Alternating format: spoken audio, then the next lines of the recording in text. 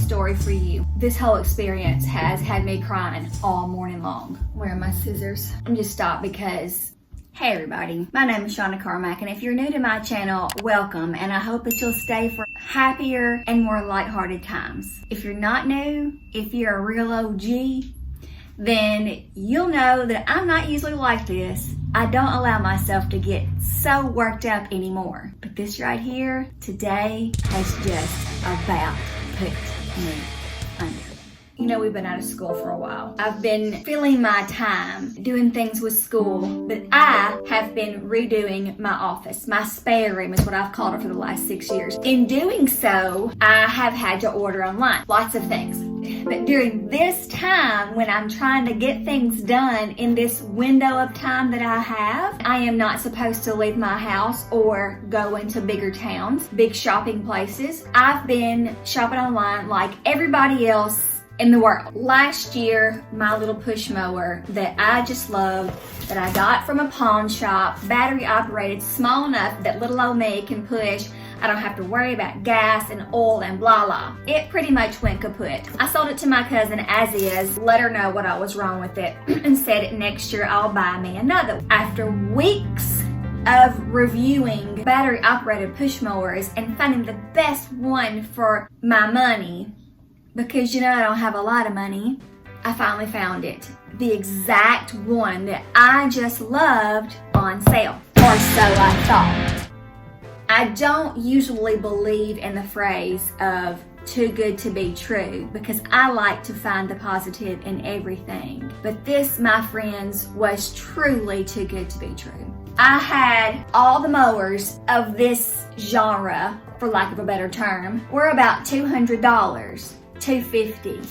I found this guy on a site under the Google search engine for $100. Before you go, Shauna, what were you thinking? There's no way that that mower could have been $100. Well, when I bought it the first time, it was $60 at a pawn shop. So I knew that this one was used. I'm okay with used. And I thought, you know, that includes shipping. Spoiler alert, you're right and I was wrong. So I ordered it. I was so excited.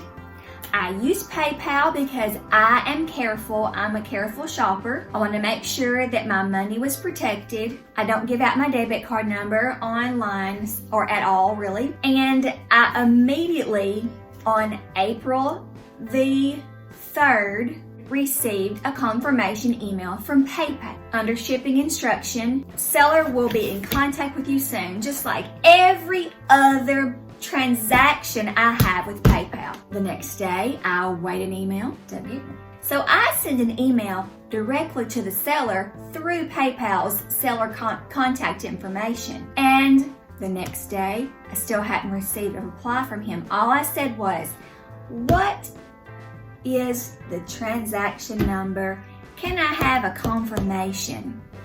Nothing. Well, I checked back my PayPal account and I noticed that on the seller information is not Tyler, the name of the person that was on the site, or the seller from the site. It was some Chinese name that I couldn't for the life of me pronounce. Oh, and it was in all Chinese symbols. Right then I thought, I don't have a good feeling about this. But I waited another day. I sent another email and said, just in case you didn't see my first email, I realized that there are things going on all around the globe.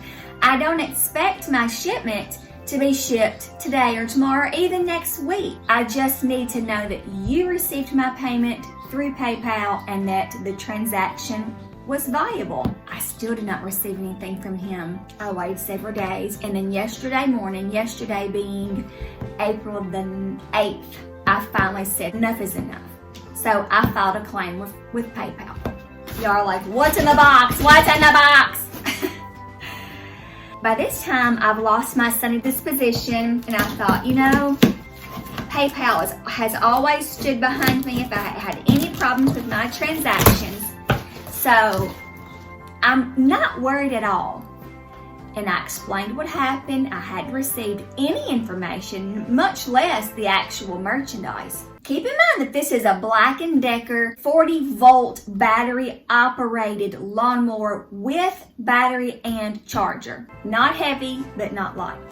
This morning when I woke up, I had an email from PayPal saying that my claim had been resolved and that they had ruled on behalf of the seller because the seller had magically produced a confirmation number of delivery to my house Tuesday, April the 7th in my garage at 12:54 p.m. So y'all made, I was like, in my onesie, I hightailed it out to my garage, looking everywhere. Now keep in mind I have cameras that are motion activated. Nothing on my cameras for April the 7th. Nothing in my garage. No boxes. So I said, no, I didn't get anything. And then I thought, let's check the transaction number on that. I checked the transaction number. It took me to UPS, which said that all the information that the seller had provided PayPal, that they had delivered my package and that the driver had left it in my garage. I called UPS. I gave them all of my information and they said, yes, ma'am, your 8-pound and 4-ounce package was delivered. 8 pounds? A lawnmower with a charger was 8 pounds? I said, the charger weighs more than 8 pounds. That wasn't the package. Well, ma'am, I'm sorry. You're going to have to take this up with Amazon. I didn't order this from Amazon. I ordered this directly from the website. So I said, Amazon won't help me at all. I didn't order from Amazon. So then I start thinking, wait a minute, this vase with chicken wire around it, precious, 8 pounds, came in, ordered from Amazon about 2 weeks ago through UPS. So I started going back through my records. Different transaction number, but same weight and same time of day that it was delivered. What's going through your head right now?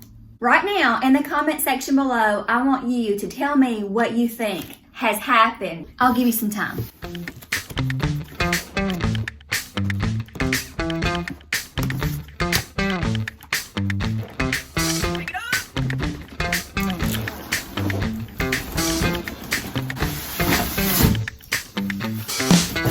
Oh, wow.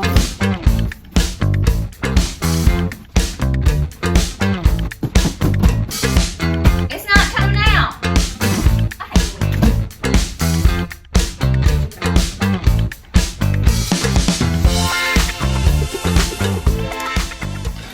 Oh my gosh, it's beautiful. It's beautiful. It's beautiful. It's beautiful. I can't wait to show you. Now that you've had time to think, I'll tell you what happened. Genius, whatever his name is, used his jewelry website that is nowhere to be found, put a stolen picture of the Black & Decker lawnmower on his site, sold it to unsuspecting me, and as soon as the transaction went through, took his website down. Then he hacked into my order history of Amazon or UPS and used the same confirmation and transaction number or tracking number as did my vase back there. I mean, he wasn't going to say anything, but when I forced the issue and when he had to provide proof of a tracking number, he had it all right there. And when you click on it, it takes you right to UPS, takes you right to where they delivered it to my home, which, by the way, it wasn't to my garage. It came straight to my front door. I never have anything sent to my garage. PayPal says, okay, thanks. So they denied my claim. They closed it. And I spent the rest of the morning, I spent all day long today crying and talking with PayPal, because $100 might not be a lot of money to you. It is a lot of money to me. And they continue to say, well, have you tried this? Have you tried that? Have you talked to UPS? Yes, yes, and yes. And I realize that they don't care about the details. One would think that when they saw that the package delivered to my garage was 8 pounds and 4 ounces, and the package was a lawnmower, you would think that bells would have gone off in their heads and think, this does not feel right to me. They said, okay, we see where you're coming from. We'll be glad to help you get your money back, but we have to have proof, which that's totally understandable. I said, well, how can I send you proof? She said, here's a phone number. I want you to call and talk to an actual agent on the phone, because all that time I'd be using the PayPal chat. So I called the number, and the first thing that was said was, you have to put in your order number, had that. Had to put in your transaction number, had that too. Had to put in your tracking number, had that 3. And she said, thank you, Ms. Carmack. Your claim has been resolved and we have denied your claim. Thank you for calling. That was it. I mean, that was all automated too. I had yet to speak to an actual human. So then when it asked me what I wanted to do, I said I want to speak to an agent. And then it forwarded me to another recording saying, due to COVID-19, all of our offices are closed. We are only dealing with people via Messenger and chat, which I had just been talking to Shayla for hours. And Shayla knew that there wasn't anybody in the office. So I jumped right back on that chat and said, they're not taking phone calls. There's no one there to answer the calls. Oh, well, I'm sorry. I guess you're just gonna have to talk to your financial institution. And I said, now what is my bank going to do about this? They have nothing to do with it, but I called anyway.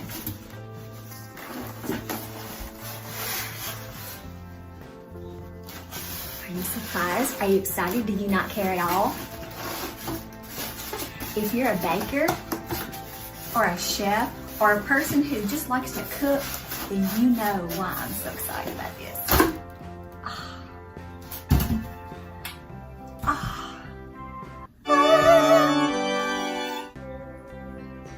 Look at this beauty. Isn't she marvelous? Isn't she lovely? Isn't she wonderful? Isn't she precious? She is precious. So I called my bank. I expressed to them what had happened. And she said, honey, I don't know what we can do. And I'm like, I know. She said, hang on a second. Let me go talk to my supervisor. This is a small town bank in the neighboring town, which I've had my accounts there since I was 16 years old. I used to work for them. My mother used to work for them. I love them. But they can only do what they can do. She came right back and said, we're going to refund your money, and we're going to contact PayPal and let them know that we are filing this as a fraudulent claim. She said, now I have no idea what that's going to mean for your PayPal account. Guess what, my friends? I do not care what it's going to do to my PayPal account. As far as PayPal, I'm done. The end. Period. Done. My bank refunded my money. And then I have learned a lesson from all this. I have learned that you should not use PayPal because there is no guarantee that they're going to protect your money. That's number one. Numero dos is that I'm not going to buy those type of things from anywhere but from a place that I can walk in and put my hand on it and discuss it with an employee and then walk out with it. After all that was said and done, I slapped on a mask, drove my little honey to Home Depot, and purchased a push mower that I researched and came in number 2 of the best push mowers that would be perfect for little old me.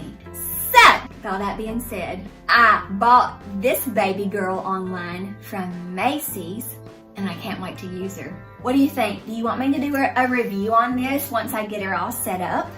Isn't she beautiful? She weighs more than I do. This would be how much a mower would weigh, a battery operated mower. I can barely pick it up. Isn't it beautiful? She comes with a couple of attachments, plus the one that's already in there, and this bowl, and this handy dandy little accessory guide to show you what you can do with it. And in that box somewhere is a booklet explaining how to use it. I can't wait. A friend of mine said, the lesson that you learned, wasn't it worth $100? And I was like, no, it's not. You might have $100 to throw out the window. I do not. My job, I'm not working. Yes, I'm getting paid at the moment, but I'm not working 8 hours a day. Also, What if we don't go back to school until September? What does that mean for a paycheck? I have money now because it was already in the budget. They already had the money. That's why we're getting paid. Otherwise, who knows? Who knows? So I can't just be like, meh, that's a good lesson to be learned. $100, who cares? I can't do that. If you can do that, leave a comment in the comment section below. I'll give you an air high five. Besides all that, I truly want you to leave a comment on whether you have a KitchenAid artisan mixer, what you wish would be improved, and some tricks of a trade on using them. Okay guys, I'm gonna go set this up in my kitchen. I'm so super duper close to being done with this office, so I hope within the next week I'll have everything picture perfect for you to be able to have a peek. While you're here on my channel, if you're not subscribed, hit the subscribe button. Also, make sure to hit the notification bell so you'll know the next time I upload. If you are subscribed, make sure you have the notification bell hit. Give me a thumbs up and watch out for next time. Thank you so much for watching. I love you. I'll talk to you later. Bye. Oh, Lord. Look, lady, look at our pretty new purchase. It's so pretty. Come on.